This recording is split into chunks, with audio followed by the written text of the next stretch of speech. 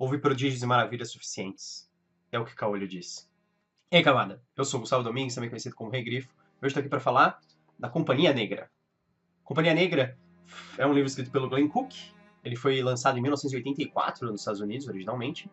E aqui, no Brasil, pela editora Record, em 2012. Ele faz parte de uma trilogia, que já saiu inteira aqui no Brasil, né? Então, você pode ver atrás de mim, tem o Sombras Eternas e o Rosa Branca. E na verdade, ele tem outras trilogias e outras histórias que se passam no mesmo universo, essas não saíram mais aqui, até com os mesmos personagens. A tradução da Companhia Negra é do Edmo Suassuna. Você imagina um mundo de fantasia mais ou menos tradicional, um pouco mais sombrio, talvez. Agora imagine que um mal antigo acorda e ele está ameaçando o mundo, então os rebeldes e as forças, abre aspas, do bem começam a se reunir para combater este mal. Aí imagina que este mal contrata uma companhia de mercenários de elite para esmagar os rebeldes. Bom, o livro acompanha os mercenários de elite que está esmagando os rebeldes. Na verdade, a Companhia Negra, que dá o título ao livro, eles são uma companhia de mercenários muito antiga, que tem uma tradição enorme, e nós vemos tudo através do médico e cronista da companhia, que é o Chagas. Ele conta em primeira pessoa a história. Nós lemos a história como se nós estivéssemos lendo as crônicas da Companhia Negra. Para elaborar um pouco mais a história, que é assim, no passado existia um grande mago que era conhecido apenas pelo título dele, que era o Dominador, e o poder dele era fazer com que qualquer pessoa servisse ele. Então ele escolhia os mais poderosos para servirem ele, e ele criou um império, digamos, um império maligno gigantesco. E ele era casado com uma outra maga chamada Adama, e ele tinha um círculo de magos que servia a ele, que eram antigos inimigos dele, que ele foram tornando aliados. Esses magos são chamados de Os Tomados. No passado ele foi derrotado por uma heroína lendária chamada Rosa Branca. E a grande habilidade dela é que ela era imune à magia de todos os magos lá. Nem ela, nem os rebeldes conseguiam destruir eles. Os magos eram poderosos de um nível bem bizarro. Isso criava uma certa imortalidade para eles. Então, ao invés de destruírem eles, eles foram aprisionados. E aí, essa história começa muito depois dessa época, quando um mago chamado Bomans, ele estudando as histórias desses personagens antigos, ele acaba inadvertidamente, quer dizer, um pouco manipulado, ele acaba libertando a Dama e os Tomados. Sendo que a Dama era a maga mais poderosa depois do Dominador. Então a Dama começa a liderar os Tomados para reconstruir o império antigo deles, como um mal antigo, digamos assim. Nessa história entra a Companhia Negra. Eles são contratados pela Dama através de um dos tomados, que é chamado de Apanhador de Almas, que é quem acompanha a Companhia Negra a maior parte da história. Num livro de 300 páginas, nós temos uma campanha de guerra inteira. Então, existem muitos eventos ao longo do livro e culminam com um clímax, né? Com uma batalha gigantesca e etc. Eu tento não falar muitas coisas porque tem muitos plot twists no livro, porque tem traições, etc. Então, eu tô tentando me abster de revelar esse tipo de coisa para não dar spoiler. Só que ao longo da história, ele não narra tanto os combates, as batalhas, porque o Chagas, que é o cronista, que é quem está escrevendo, ele está narrando do ponto de vista dele. E para ele não interessa tanto contar os detalhes da história. Então agora eu vou falar da escrita, que é um aspecto muito importante desse livro. Esse livro ele tem uma escrita confusa? Mais ou menos, mas eu vou explicar melhor. Na verdade, como ele é narrado em primeira pessoa, e ele tem um narrador que tem um ponto de vista dele, dos acontecimentos, que é o Chagas, que ele é o cronista de guerra lá da Companhia Negra, ele faz parte da Companhia Negra, e ele é o médico, e ele tem os aspectos que ele se importa na história. Então, isso é muito bem produzido no livro, porque as coisas que pro Chagas não importa, elas são narradas bem superficialmente. E as coisas que importam para ele são narradas com mais detalhe. Sei lá, um jogo de baralho para ele causa mais impacto do que eles correrem atrás de alguém na rua, sabe? E matar a pessoa. Tipo, porque talvez matar a pessoa seja uma coisa recorrente para ele, mas um jogo de baralho, apesar de ser uma coisa que acontece sempre, é uma coisa mais marcante, divertida e interessante para ele. Principalmente quando envolve os magos usando magia durante o jogo de baralho. Essa é uma cena bem legal. Sem falar que não existe o artifício da memória perfeita, assim. Se você for comparar com outros livros que são narrados em primeira pessoa, digamos, livros do Bernard Cornwell, tipo Crônicas Saxônicas, ou Crônicas de Arthur. Esses são os principais, né, que a gente pode comparar em primeira pessoa, porque eles são, da mesma forma, eles estão sendo narrados através de um personagem que está escrevendo no fim da vida dele. Toda a história da vida dele.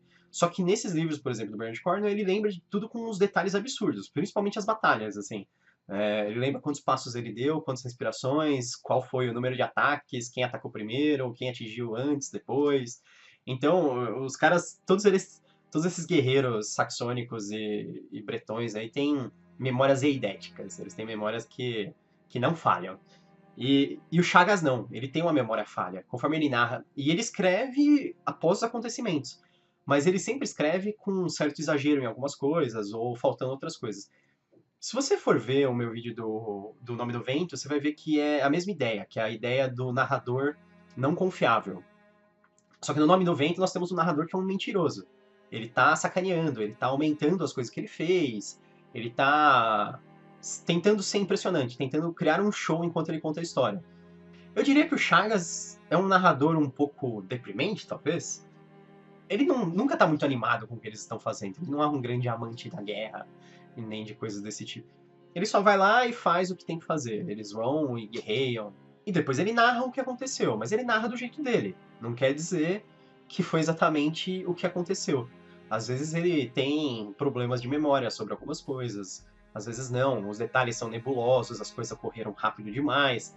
Ele não consegue falar exatamente onde cada pessoa estava posicionada quando aconteceu tal coisa. Ele fala as coisas do ponto de vista dele, mas ele tenta narrar o melhor possível. Às vezes, confiando na narrativa de outros personagens, mas aí ele até diz isso, né? Ele fala, tal pessoa disse que aconteceu tal coisa, mas não quer dizer que é verdade. A gente sempre tem que receber tudo com uma ponta de dúvida. E outra coisa é que como é esse artifício narrativo de a gente estar vendo um personagem que é de dentro daquele mundo que já é de fantasia, ele não vai narrar coisas que ele já conhece pra gente. Então, ele não vai ter aquele infodump. Infodump é quando um autor para explicar alguma coisa. Isso é muito típico de livros que são narrados em terceira pessoa. Que no meio da narrativa de um evento, começa uma explicação de algo. Então eles encontraram um mago. Um mago é um cara com chapéu pontudo, blá, blá, sabe? Quando ele para e começa a narrar o que é aquilo, isso é um infodump.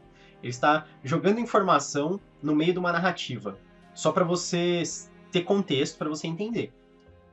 Só que isso é uma coisa meio preguiçosa. A forma correta é meio que te dar informação ao mesmo tempo que a narrativa. Então por isso que normalmente é usado o artifício do peixe fora d'água, que é o personagem que desconhece aquele tipo de coisa e aí ele entra em contato pela primeira vez. Então, num mundo de fantasia, eles pegam um cara que nunca encontrou um mago na vida e aí ele encontra um mago e aí ele tem que descobrir o que é um mago e etc.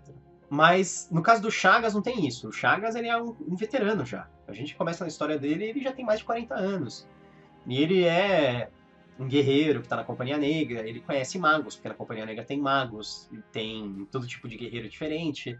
E ele já conhece todo mundo, ele não precisa ficar parando para te explicar o que é isso, o que é aquilo, o que é aquela cidade, como que é aquela cidade. A cidade tem uma rua assim, um prédio assim, não sei o quê. Ele não narra nada disso.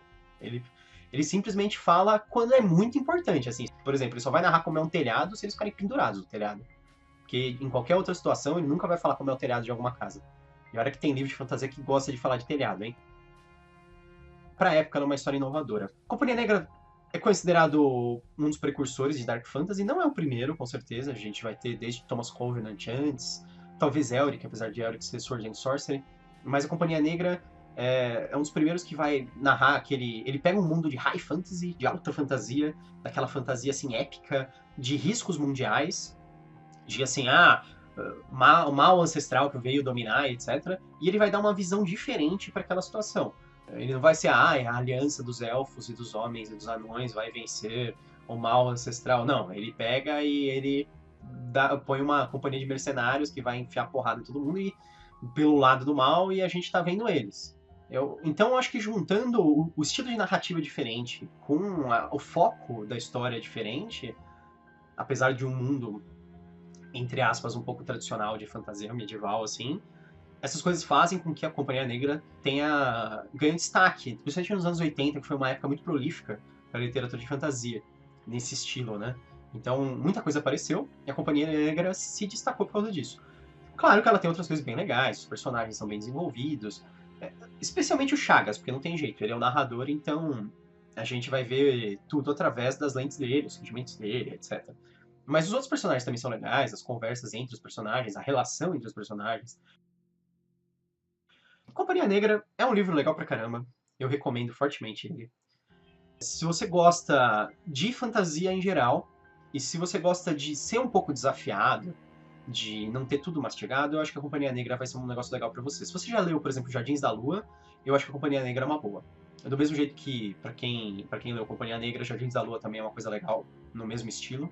Apesar de Jardins da Lua ter um metaplot, assim, uma história gigantesca por trás, que é revelado bem aos pouquinhos, Companhia Negra não é bem assim. Ele revela. Você consegue entender a história logo, mas ele sempre vai te fazer conhecer as coisas por contexto. Então, eu acho que é uma ideia bem parecida. Então é isso, essa foi a minha dica de hoje. Se você gostou do vídeo, curte, se inscreve no canal. Eu sou o Gustavo Domingues e bem-vindo ao Canavial.